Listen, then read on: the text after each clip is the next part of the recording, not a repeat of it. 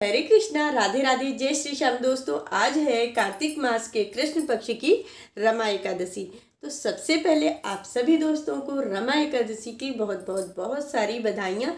तो अभी मैं करने जा रही हूँ रमा एकादशी व्रत की कथा। तो चलिए 2 मिनट भगवान का ध्यान करते हैं, इसके बाद तुलसी दल हाथ में लेके कथा सुनेंगे। ठीक है जी। बोलो कृष्ण कन्हैया लाल की जय, लक्ष्मी नारायण भगवान की जय, श्रीमन्नारायण नारायण नारायण, गोविंद नारायण नारायण नारायण, लक्ष्मी नारायण नारायण नारायण, भजमनी नारायण नारायण नारायण। बोलो लक्ष्मी नारायण भगवान की जय। तुलसी दल हाथ में ले लेंगे और कथा शुरू कर लेते हैं। कार्तिक माह के कृष्ण पक्ष की इस एकादशी को लक्ष्मी जी के नाम पर रमा एकादशी कहा जाता है। यह एकादशी दिवाली के 4 दिन पहले आती है।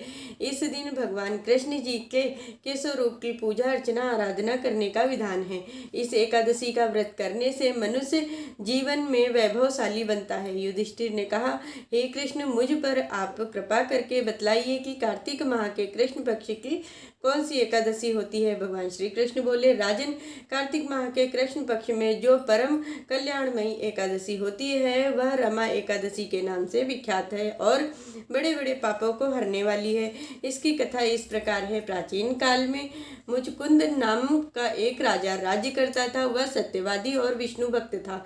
उसके एक उत्तम चंद्रभागा नाम की लड़की उत्पन्न हुई। उसने उस लड़की का विवाह राजा चंद्रसेन के पुत्र शोभन के साथ किया। एक समय जबकि वह अपने मायके में थी, एक एकादशी पड़ी। चंद्रभागा सोचने लगी कि अब एकादशी समीप आ गई है, परंतु मेरा पति अत्यंत कमजोर है, इसलिए वह यह व्रत नहीं कर सकता है। परंतु मेरे पिताजी की आज्ञा कठिन है। जब दशमी आई तब राज्य में ढिंडोरा पिटवाया कि एकादशी के दिन कोई भोजन न करे।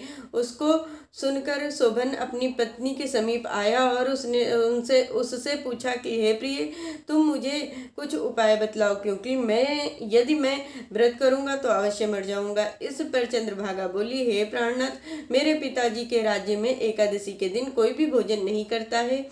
यहाँ तक कि हाथी, घोड़ा, ऊंट आदि भी तृण अन्न जल ग्रहण नहीं करते हैं। फिर यहाँ मनुष्य कैसे भोजन कर सकते हैं? यदि आप भोजन करना चाहते हैं तो यहाँ से दूसरे स्थान को चले जाइए, क्योंकि यदि आप इस स्थान पर रहेंगे तो आपको अवश्य व्रत करना ही पड़ेगा।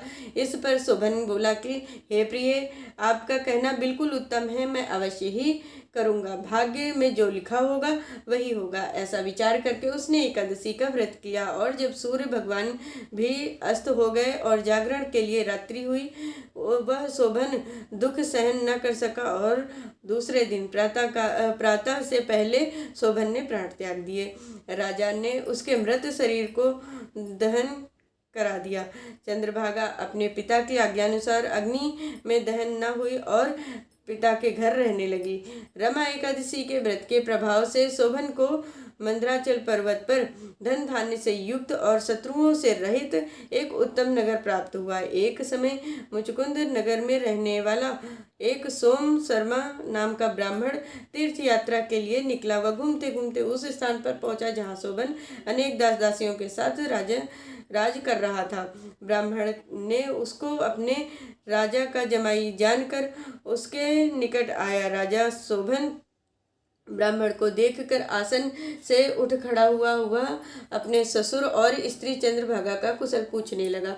सोम शर्मा ब्राह्मण बोला, हे राजन, हमारे राजा कुशल हैं और आपकी पत्नी भी चंद्रभागा भी कुशल हैं। अब आप अपना वृतांत सुनाइए। मुझे यह बड़ा आश्चर्य हुआ कि ऐसा विचित्र और सुंदर नगर आपको किस प्रकार प्राप्त हुआ है। शोभन बोला, कि हे ब्राह्मण, यह सब कार्तिक मास के कृष्ण पक्ष की रमा एकादशी के व्रत के प्रभाव से प्राप्त हुआ है। इसी से मुझे यह अनुपम नगर प्राप्त हुआ है, परंतु यह अध्रुव अस्थिर है। इस पर ब्राह्मण बोला, हे राजन, यह अध्रुव क्यों है और ध्रुव किस प्रकार हो सकता है, सो आप मुझे बतलाइए, मैं आपके कहे अनुसार करूँगा।